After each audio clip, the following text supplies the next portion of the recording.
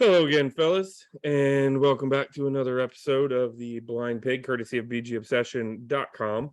For those out there, please feel free to come by, give us a hard time, have a little fun. We love to mix it up, especially on game day, the BGO chat. I think John made it an actual 9 minutes this past weekend before somebody exploded, but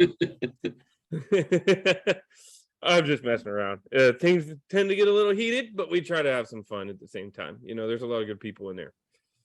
As we get rolling, post Kansas City, I'll do the quick rundown. Top left is John. You can find him on the board as Boone. Bottom left is Bob. You can find him as Neophyte. Bottom right is Paul. He is Canadian Hog, and I am Derek. You can find me at Silent Threat. So come by, give us some mix up, have some fun. Get involved.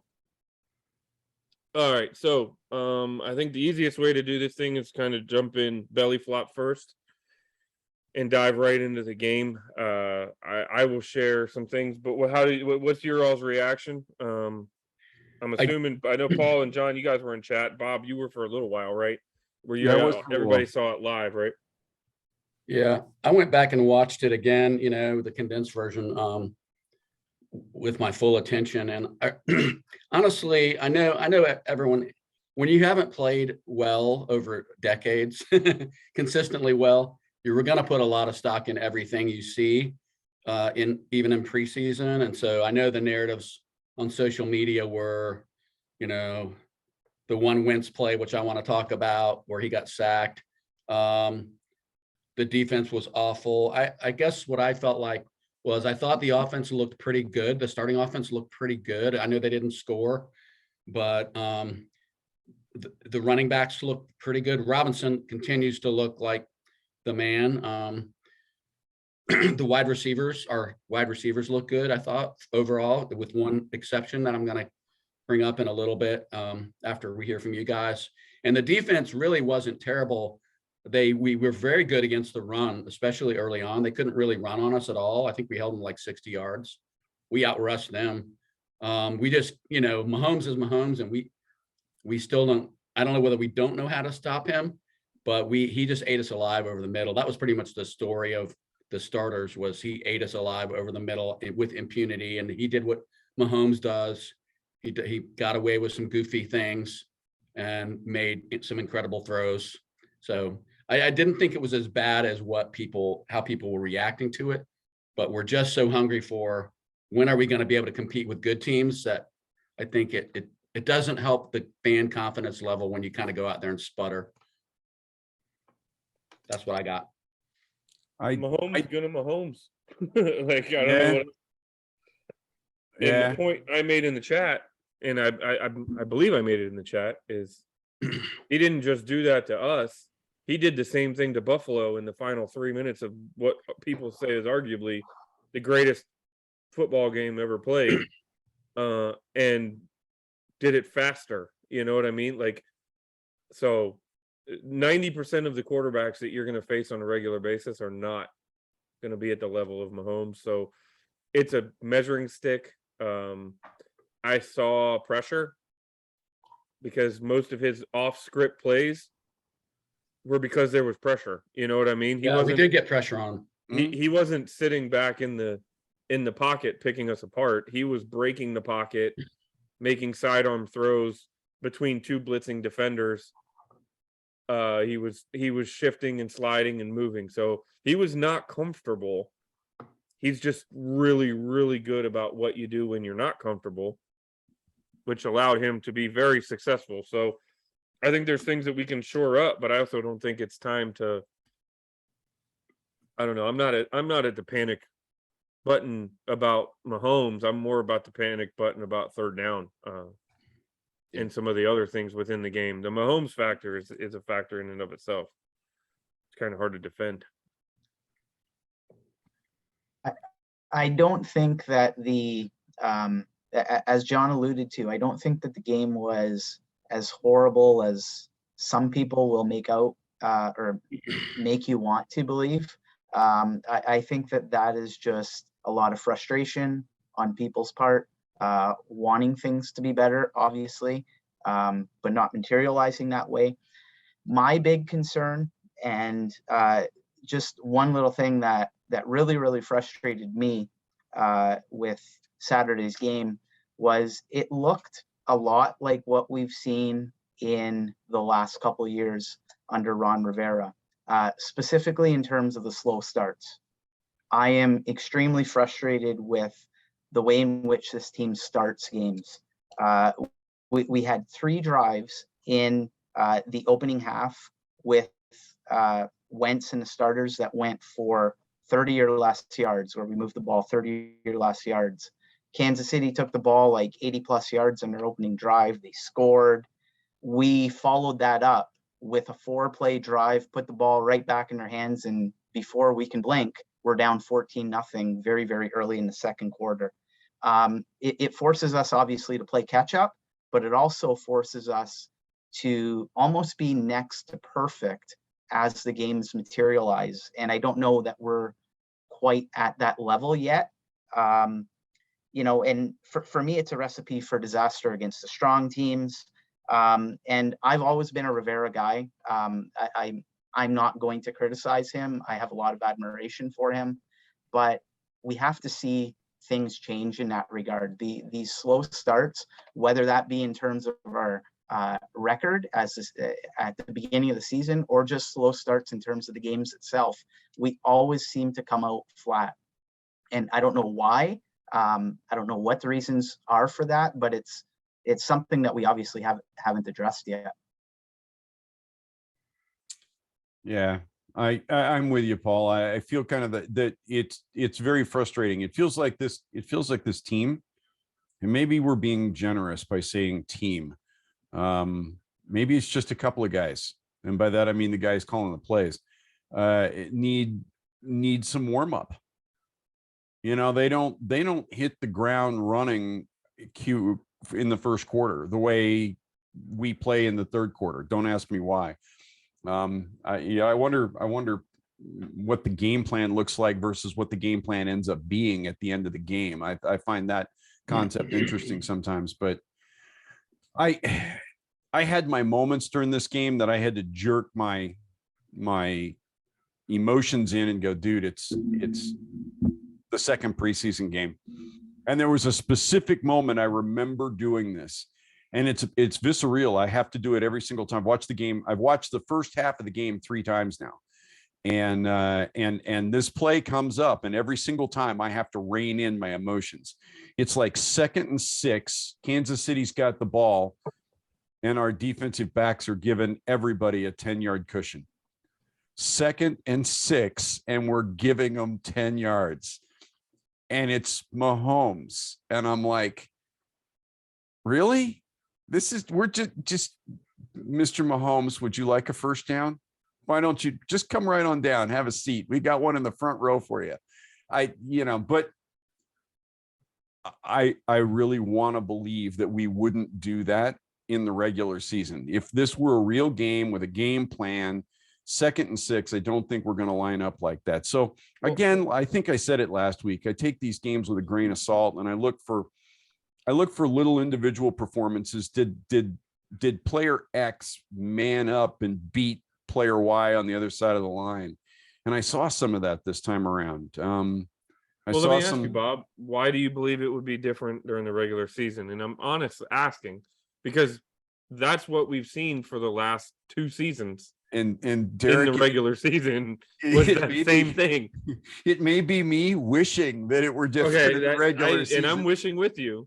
Just to control my emotions at the moment. But I mean, common sense says you don't give the guy 10 yards on 2nd and 6. But I don't know. I'm trying really hard to give everybody a fair shake at the beginning of the season, just like I do every year. At some point in time, that will become impossible to do. But, if the same guys are still in charge 4 years from now, and we're doing the exact same things and making the same mistakes, I will begin to wonder if we are not the living embodiment of the definition of insanity. But at this point in the season, I have to believe that we would play Patrick Mahomes differently. Hell, it wasn't Last year, we did play him differently. I mean, geez, this is a team. What was it? Week 5, week 7 last year? We played Kansas City We to had them an on the heel. absolute damn standstill for 2.5 quarters. Yeah. I mean, Mahomes couldn't find his head with both hands on a roadmap for 2.5 quarters. Now I'm not stupid. Part of that's because Mahomes wasn't having a Mahomes-like day. But part of the reason he wasn't having a Mahomes-like day is because Jack Del Rio and this defense figured out a way to stymie him for a while. And if the offense had played better to start the game, to go back to Paul's point, we'd have been so far out ahead by the end of the third quarter that it really wouldn't have made a difference. So, I felt like it was a really good test. It was nice to see us play a bona fide, not just playoff contender, but Super Bowl contender in the preseason. It's been a while, other than Baltimore, and Baltimore can be hit or miss, right? Baltimore is not necessarily a bona fide Super Bowl contender every year. They're a playoff contender for sure. But Kansas City is probably one of Vegas's top 3 or 4 teams in terms of odds to win it all. And it was nice to see us go line up against a team like that on the road and play a game. I've got grave concerns about covering the tight end this season. I can tell you that was one of my big takeaways from this weekend. Is I'm very worried about what we're going to do with tight ends on opening day. So there's 2 things that, having given my pretty positive version to open up, of what I saw, there's 2 things that I didn't like that kind of feed my inner panic as a fan. So I'm right there with a lot of the Commanders fans on social media. One of them is that it's these little things that where we shoot ourselves in the foot, like mental errors, like the big play that everyone's bashing Carson Wentz on, that he got sacked. Well, my God, he got sacked. He had 10 plays and he got sacked on one of them. Well, if you go back and look at that sack happened after we had 3rd and 5. Sam Cosmi makes an unnecessary penalty. So now it's a false start penalty, which is totally, that's just on him, period. Right. So now it's 3rd and 10. And then on the next play, Cosmi and one of the tight ends, I don't know if it was Armani or Rogers, I think it might have been, but they're doubling a guy, a pass rusher. Carson decides to take off to the left to try to pick up the longer first down that he has now. And he gets tackled from behind because we got 2 guys that can't cover one pass rusher. So yeah, okay, that didn't work out, but I don't know how you put that on Carson Wentz. He looked downfield, apparently didn't see anybody. He started to go right. Obviously there was someone off camera view where he knew he wasn't going to get the first down, and he goes left trying to make the first down. I guess he could have just thrown it away. Yeah, he could have, but you're expecting when you've got 2 guys defending the guy coming in on the right that they're probably going to be able to handle him. So I don't know. I'm not saying it wasn't a bad play. It probably was a bad play, but it's not just about one guy. It's all got to work. And it's those little things like that. And that was the end of the drive right there. So it's that one that really you could say that 1 3rd and 5 false start cost us a drive. And maybe we score on that drive. We also, the second thing I want to mention is that was the most undisciplined defense I've seen in a long time. And when I say undisciplined, I'm not even talking about like letting guys catch balls over the middle. I'm talking about committing stupid fouls, hitting Percy Butler, like takes a forearm to the backup quarterback's head when he's running down the field and keeps the drive alive. There were multiple unnecessary roughness calls of different varieties that we committed. And that concerns me because that just makes you wonder, like, are these guys, do they really have their head in the game? And that might have been Cam Curl's worst game since he was on his team. Oh my God. He had a lot of tackles, but he made a bunch of bad plays. I literally have the replay going right here, the condensed version, and they just showed the play where Kelsey got behind him. Yep. And St. Juice came on a blitz, and Kelsey flashes open. If Mahomes has to hold that ball for a split second longer, it's a sack. You know what I mean? St. Juice almost got there. He did. Yeah, and then there was another play where Mahomes flung it out to the left to the McGowan, I think, the running back, and Curl took an angle that my 6-year-old daughter, could have. It was just the worst angle I've seen, and the guy ended up breaking it for about 18 instead of being a tackle for 2. It was just. Of course, I'm being hyperbolic. I actually think Cam Curl is a lot better than he played this past weekend. But Yeah. it was just, I was watching Curl just mental mistakes, bad angles, poor pass coverage. And I think he might have even taken a dumb penalty or 2, if I'm not mistaken. So I want to go back to the Wentz sack for just a second, because I had the exact opposite thought when it happened.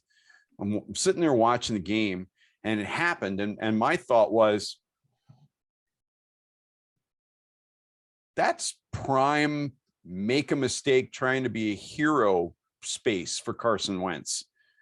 I mean, how many people in the offseason have we heard talk about, how many times have we said on this podcast that Wentz is good for 2 or 3 boneheaded plays a game because he's trying to make something happen with that big arm of his, and he throws a ball he shouldn't throw.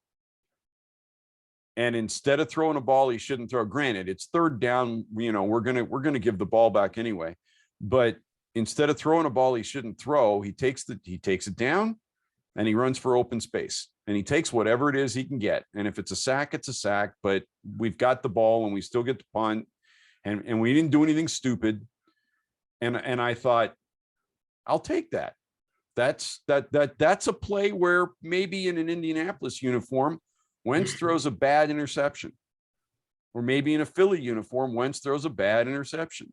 And for whatever reason, the Washington coaching staff has him taking the ball down and running for daylight and taking whatever he can get. And if we're in field goal range, great. And if we're not, we punt the ball away, no harm, no foul. Yeah, I agree, Bob. I don't really get that. Criticism on that one. On the Commander's Coffee, right? That's the name of the thread. The question was about panic level, or the Wentz-o-meter. Sorry, Commander's Coffee was different. I put the Wentz-o-meter at a 6, and I even put on there, if it wasn't for that play, it's an 8. Now a 6 is not a 2. You know what I mean? Like a 6 isn't a fail. A 6 is still better than 50-50.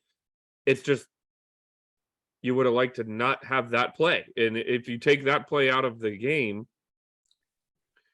it's you look at it differently. And my concern wasn't Wentz, and it wasn't like necessarily him trying to make something out of nothing. I even said in my post, I applaud a little bit of hero ball, because part of what we've struggled with for the last 2 or 3 years is the vanilla, never throwing it past 5 yards. We don't have a guy who can break the pocket and put the ball 50 downfield to an open streaking receiver.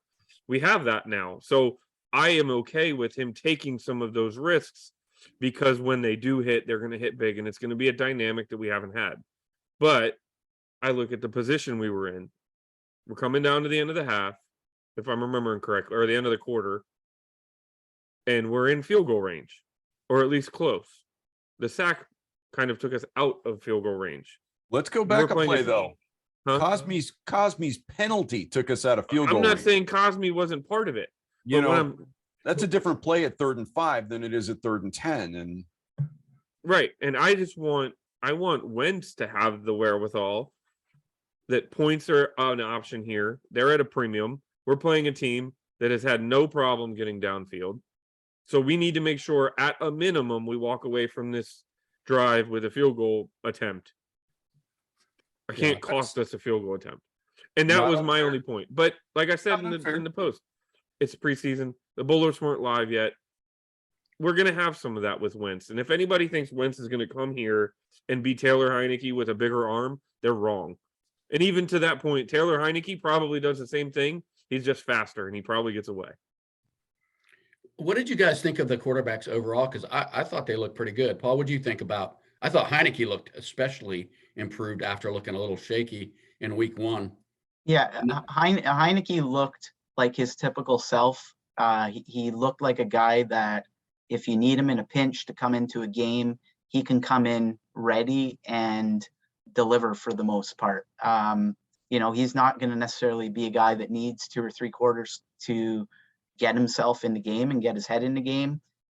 He gave me that level of confidence that if we need him to come in a pinch, he can certainly do it and be fairly effective.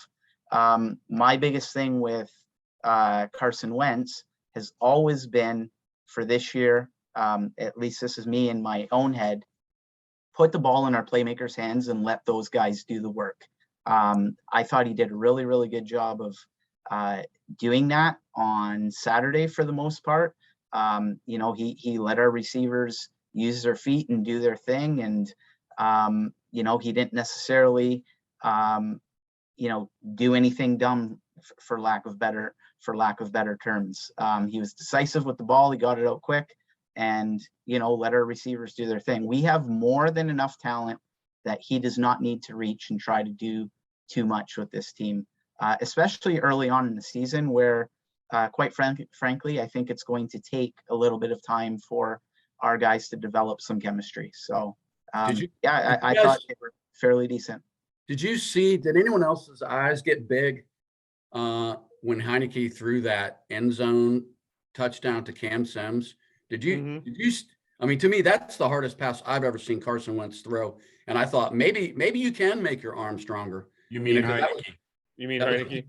Yeah, what'd I say? Yeah, that was basically a frozen rope. Yeah, I mean that thing was moving. Yeah, and he hit. I'm to be honest with you, I was a little surprised Cam Sims caught it. There was enough mustard on that's the kind of ball Sims after getting drilled drops. like 2 plays earlier, he got rocked. Cam Sims did and came back in and made that play. That was an impressive catch. Dyami Brown, I'm losing patience with Dyami Brown, and I've never been a huge believer in him as far as his hands go. That's just been my historic gripe, is I don't think I just keep wondering, like, is he going to catch a contested ball in Washington? And I know some of those passes that he did not catch were the defender made a great, play on it. One in particular, the defender just swiped away at the last minute. But yeah, he cannot. I'm just not impressed with him, man. I think he waits for the ball to get to him, unlike someone like McLaurin who goes up and gets it. And I just don't know. I just don't see it. He was 2 for 6. I know it's only a preseason game, for 9 yards, 6 targets, caught 2 of them. Well, there was one where he had an obvious step, like it was blatant that I even said when I was watching it kind of in my head, I said, if Wentz was the quarterback, he walks in for a touchdown. It was when Heineke was in there and it was clearly short, where he was running and he kind of had to do one of these numbers, and the defender got up at just the right time and put his hands in there. Well, yeah, but Wentz was the quarterback on that perfectly defended ball, and I'll tell you what, if he puts more on that, Dyami walks into the end zone. That ball was he had to turn his body completely and try and take it, and it gave the cornerback the only opportunity angle. The only opportunity where the ball was thrown is the only reason that cornerback had an opportunity at it. If the ball is thrown correctly, Dyami Brown is off to the races. And at first I thought he dropped it because the camera angle showed the play live from Dyami's back. And so we couldn't see his hands or the defender's hands. And then they found a camera angle from the front side, and you see the brilliant play that the cornerback makes on the ball. Dyami never touched it. And he should have. And it was all on Carson Wentz. So to I'm just John's saying, point, in both of those, I will say, to John's point, on both of those plays, he did not adjust it to the point. He was still thinking touchdown. He didn't want to break momentum, where McLaurin likely slows his body down, bodies the defender, and attacks the ball. You know what I mean? So, and in the NFL, half the balls that are thrown to receivers are not pinpoint accurate. They're gonna be right. a little bit, and you have to be able to go up there and just. And I know, like I would say, half of the ones that he did not catch, the 4 that he did not catch, two of them were probably not possible to catch, but the other 2 We're I would have liked catchable to have balls. seen him go Yeah. after him. I don't know. I might be being. Now negative. you both make good points. So It almost looks like in regards to De'Ami Brown, John, because I had a few things written down in regards to him as well. It almost appears as though they are trying to do everything within their power to give that guy some confidence and to help him establish a little bit of positive momentum going into this coming season. You alluded to it, you mentioned it. He was targeted 6 times more than anybody else on the roster on Saturday. And it just seems as though nothing wants to break in the right direction for the guy. I'm quite concerned that if any of our top 3 receivers go down and we have to depend on De'Ami Brown to, fill in for an extended period of time, I don't know if he has the goods to do it at this point. I mean, it's a little early to tell, and it might be a little bit harsh, in regards to him, but he certainly hasn't done a lot to inspire confidence in anybody at this point. at the moment, if I have to replace one of the top 3 guys due to injury, I'm using Dax Milne or Cam Sims. It's probably Cam. I mean, all Dax did was catch all 4 balls thrown his way this, Saturday, for I don't know who- 37 yards. I think somebody compared him to Adam Humphries. Maybe Paul did a couple of weeks ago. That he kind of looks like that kind of a guy, But you know what? I'd have taken Adam Humphries back, this year. I mean, he didn't make a massive contribution, but the point is, every catch he made was important.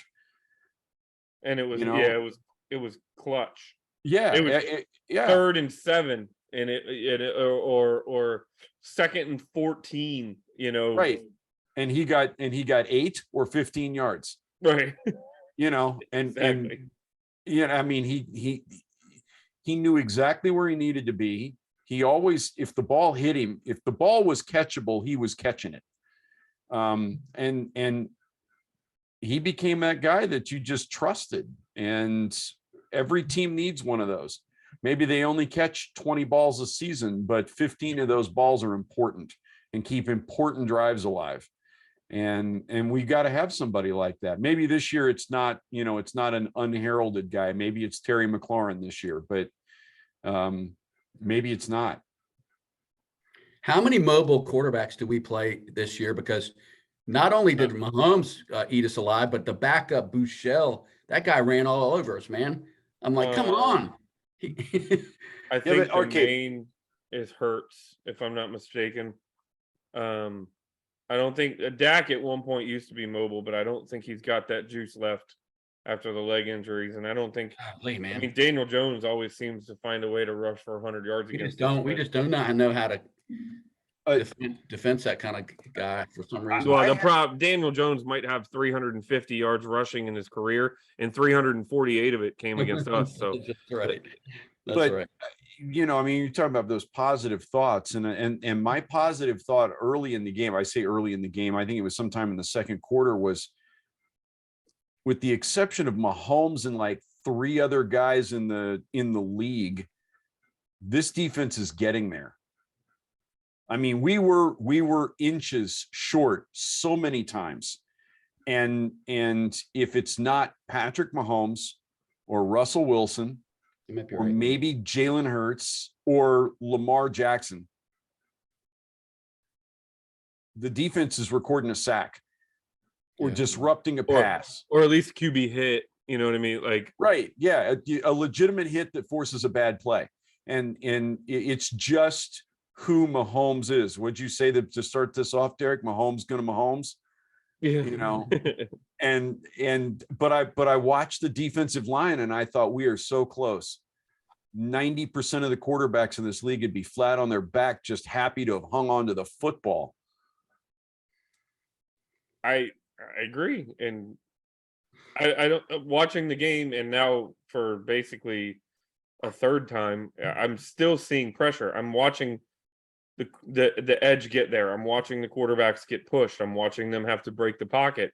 They're not sitting there with an 8-yard cushion picking us apart. I think there was cognitively the most pressure we got. And This that West. was against Kansas City's starting offensive line, which, oh, by Yeah. the way, is not bad. I mean, yeah, there's a couple of fairly young guys, but both of those guys made the all rookie team last year. Yeah, I thought our pass protection looked better than theirs. Yeah. Overall. Is anybody not concerned that we have not? Have we forced a single turnover in 8 quarters? Yeah. We had a hang Yeah, on. we had one last week. I'm trying to think of who it was. We picked somebody off. We did. I think so. Yeah. No, we had an interception. I can't remember who it was that. Against Carolina. I think so. One of the first 2 weeks we had an interception. I'm not sure who it was though. But we had there were at least 3 plays yesterday where we should have had a turnover. Yeah. I'm hope we need to see more than we've seen of that playmaking in the regular season. I don't think we can play this game with, an even turnover battle and be successful against teams like Kansas City. It's just not possible. Agreed. I guess. Well, no, we have not had an interception. John and I didn't think so. I don't think we have recorded a single turnover this preseason in 8 quarters. We forced a couple of fumbles against Carolina, but they recovered both of them. So yeah, no, we have not forced a turnover. We almost had our punt blocked but it was our punt that was almost blocked in the Kansas City game.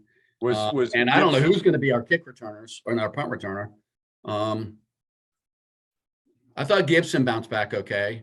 He was the topic of the day last pod, and I thought he played pretty well. He didn't get a lot of carries, but I mean he ran hard. He returned. Well, I think the first time he touched the ball was on like a swing screen, right? And then there was another one where he was lined up in the slot, and I loved it. He was lined up in the slot, went on like a slant route, caught the ball, and instantly hesitated and shook the defender and ended up taking it for about another 12, 15 yards. That's what I want to see from him. Get him outside. Yeah, they just showed Corn Elder when he separated his shoulder in the end zone with an almost interception. I had to laugh. I was watching the game and I'm watching they started Robinson, which I laughed about because we discussed it last week and we were like, if you start Robinson, you can't put that genie back in the bottle. So it'll be really interesting now to see what's going to happen next week and then what's going to happen opening weekend, right? Is Robinson now that guy? But what I found really interesting was it felt like Scott Turner watched the pod and went, these guys know what they're talking about. And they ended up running Robinson. Robinson took all the carries between the tackles. And Gibson's carries were all outside the tackles. And Gibson touched the ball more on pass plays than he did running out of the back. Yeah, running the ball out of it. He only had 2 carries. In fact, he had a lousy day out of the backfield. He had 2 carries for like a yard and a half or 2 yards or something. But he had 4 receptions for 40 yards or something. So you're also seeing Scott Turner mix the play calling up a lot. I mean, we're not doing a lot of trickeration kind of plays, but as far as the run pass mix, it's been pretty balanced so far. Yeah, and there's been a lot of wide receiver screens. We've seen a lot. We've majored in wide receiver screens. Jahan Dotson got one. I think Curtis Samuel got 2 against Carolina, 2 or 3. I think McLaurin has one this season. So I love that screen to Dotson and the vision that he showed. He picked the perfect hole. He stayed away from pressure, and he just rode the pressure all the way down till he ran out of space and went out of bounds after 11 or 12 yards. I watched that. I was like, I'll take that all day long. And what's even better is that opens things up, that pulls them in, that brings, and then when you have a guy like Wentz that can beat you over the top, you beat them over the top 1 or 2 times, that screen that went 12 might turn into 27 or a touchdown, So my favorite part of the game, and then I guess we can talk about the Ravens a little bit. My favorite part of the game was when Heineke threw that awesome, manly bullet on a rope touchdown pass to Cam Sims, and then I got to see KC the Wolf, who who apparently is the Chiefs mascot. I'm giving you a cue. Here we go, Derek. So this is why I'm afraid of Washington wanting a mascot. I told you guys I was traumatized by the Washington Diplomat Soccer Club, the Diplomaniac from back in the 70s. That traumatized me as a kid because I still don't know what the hell that thing was. But anyway, this is Casey the Wolf. Apparently he's pretty popular in Kansas City, but Hey, maybe this is why we're not the Red Wolves. maybe why. We couldn't Anyway, have.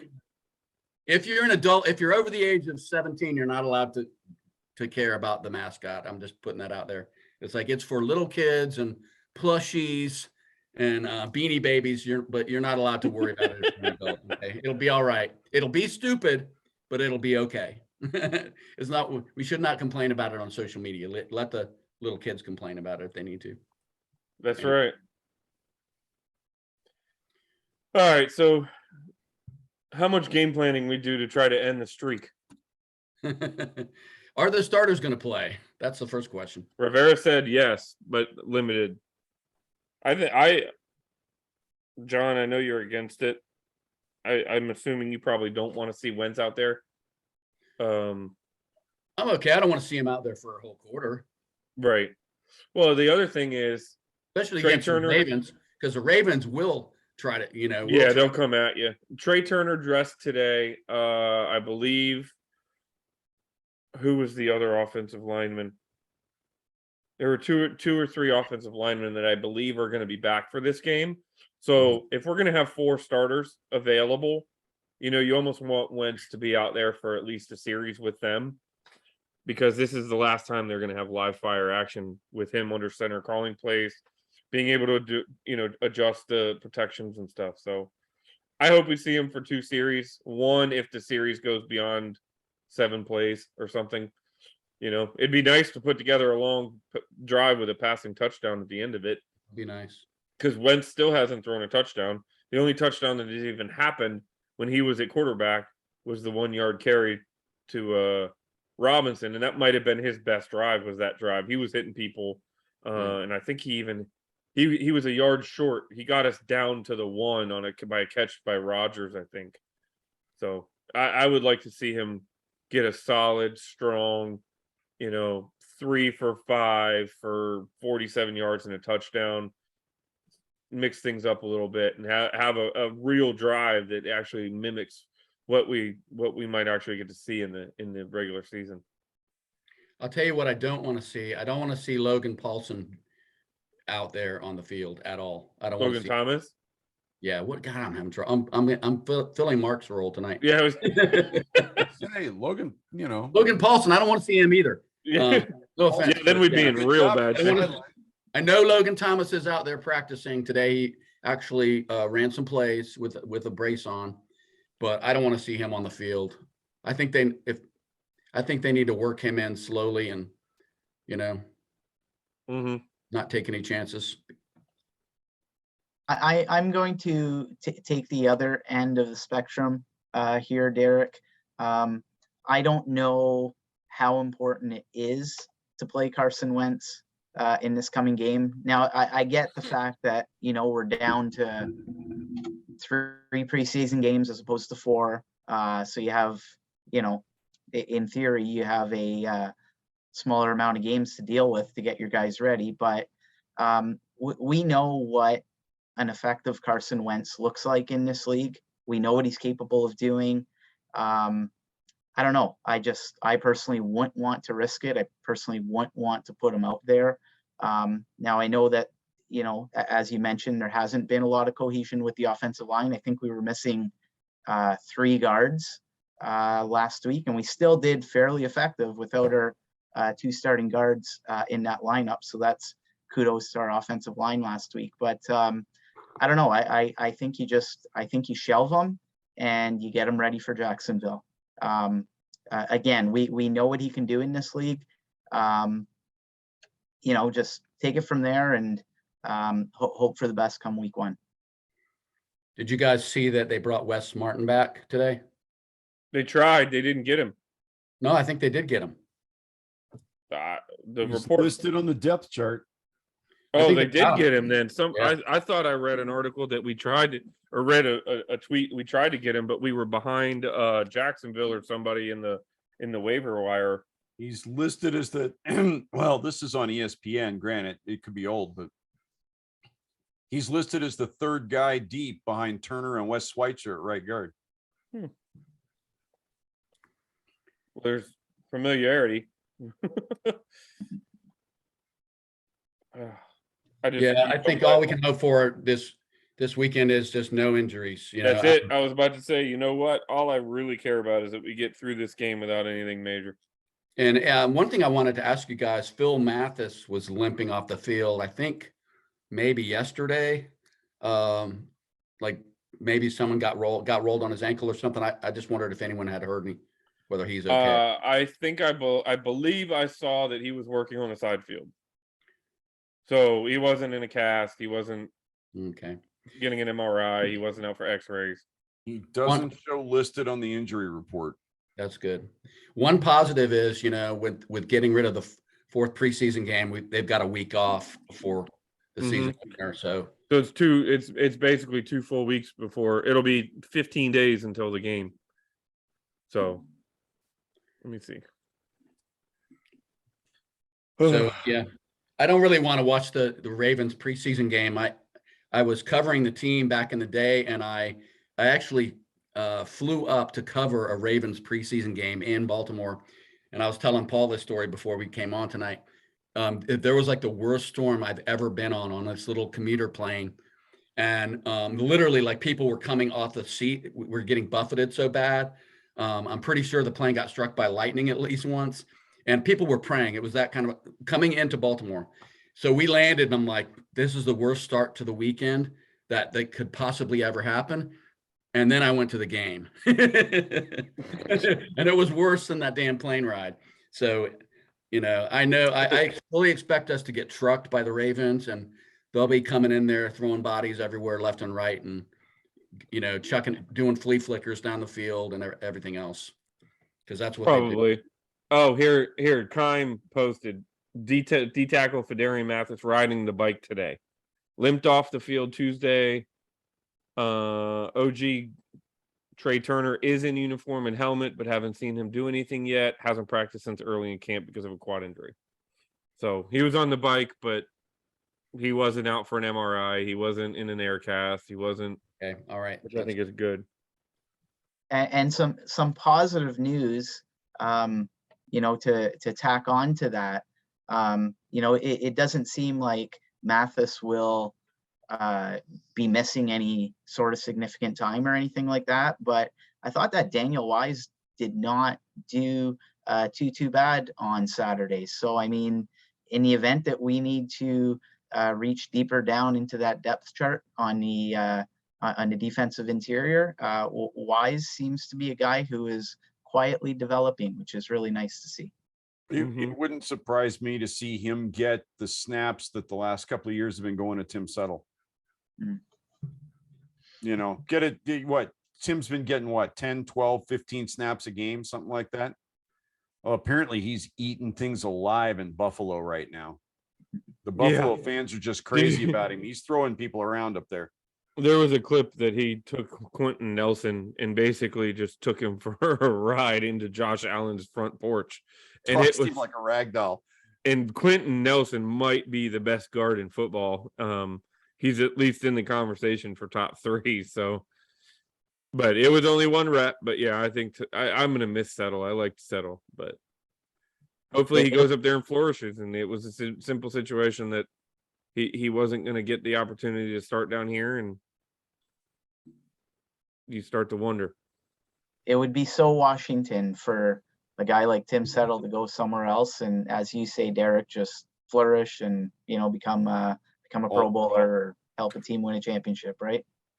Well, just remember, no one's ever gotten into the Pro Bowl based on the preseason yet, as far as I know. So we'll see. That's true. We'll see what he does when the ball. No, but it would be the most Washington thing in the world to have 3 all-pro players in the league and have them all play for somebody else now.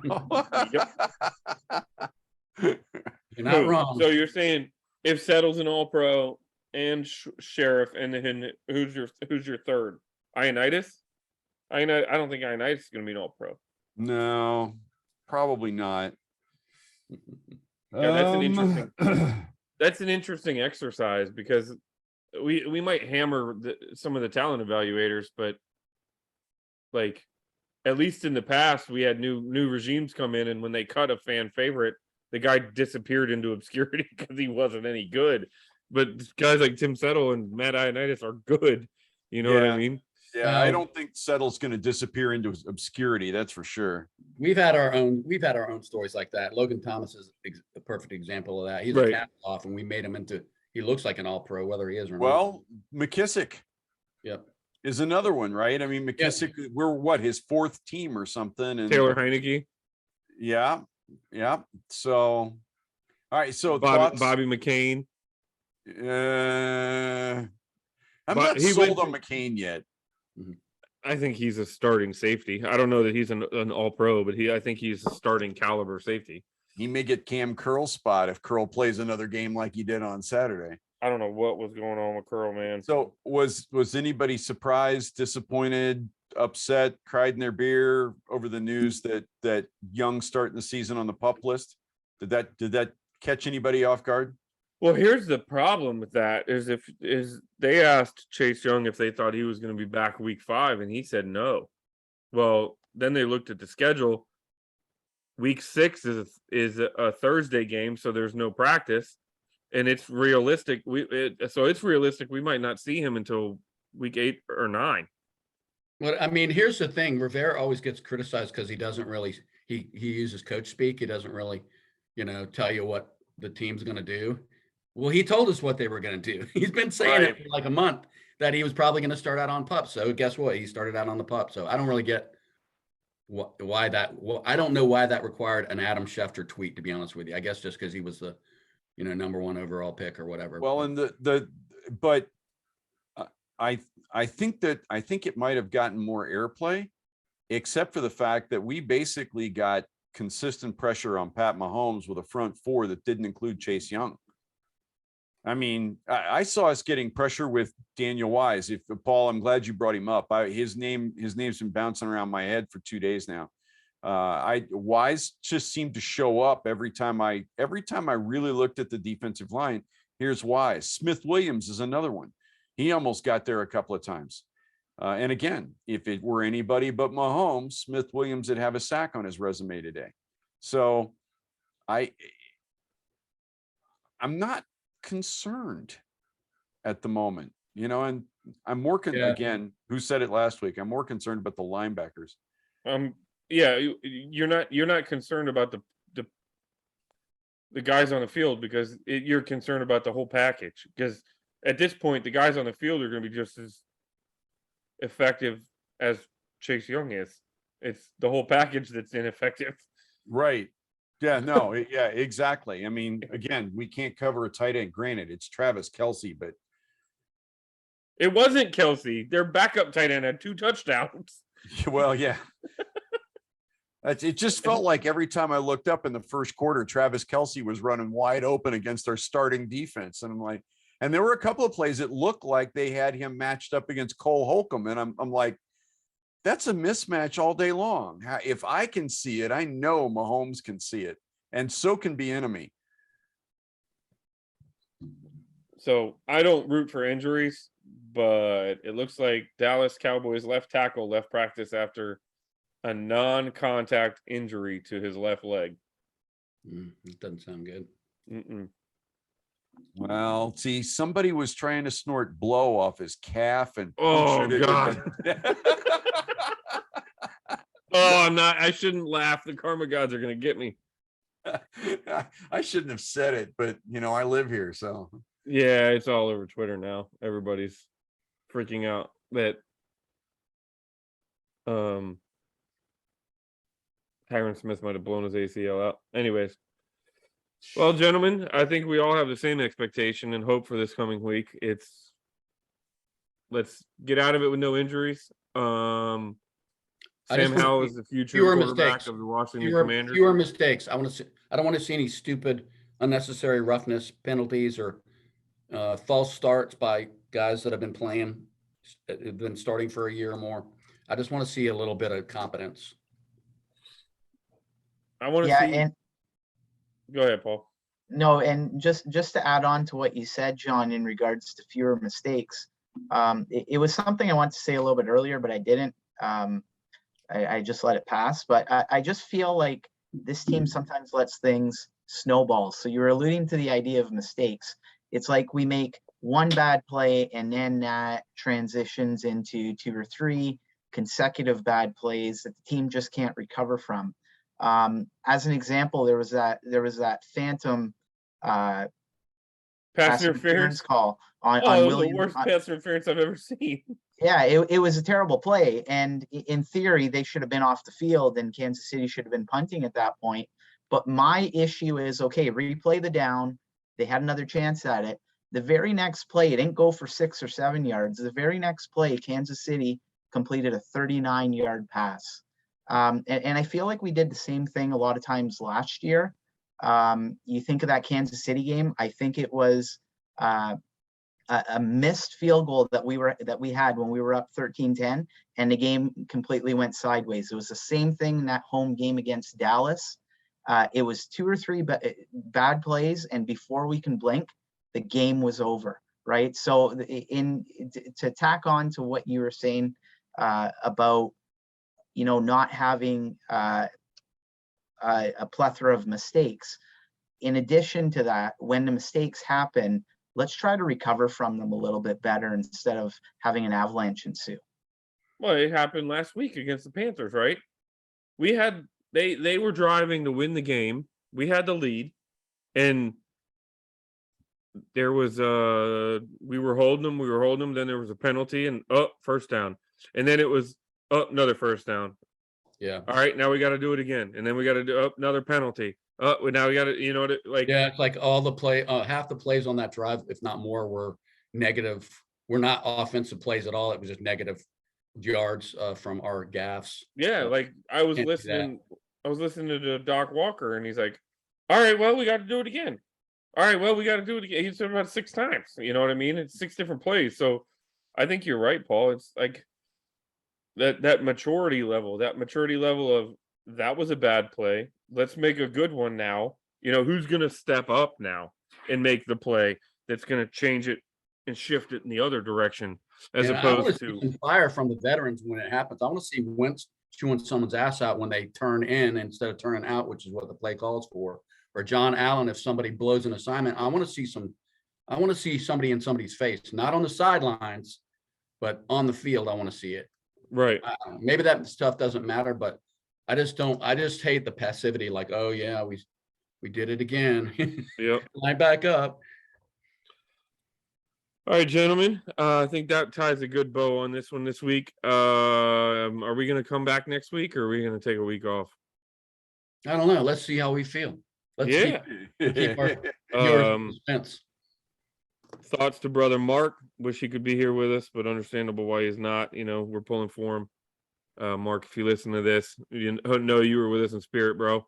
And we look to hopefully get you back next week or in the next pod. Yep. All right.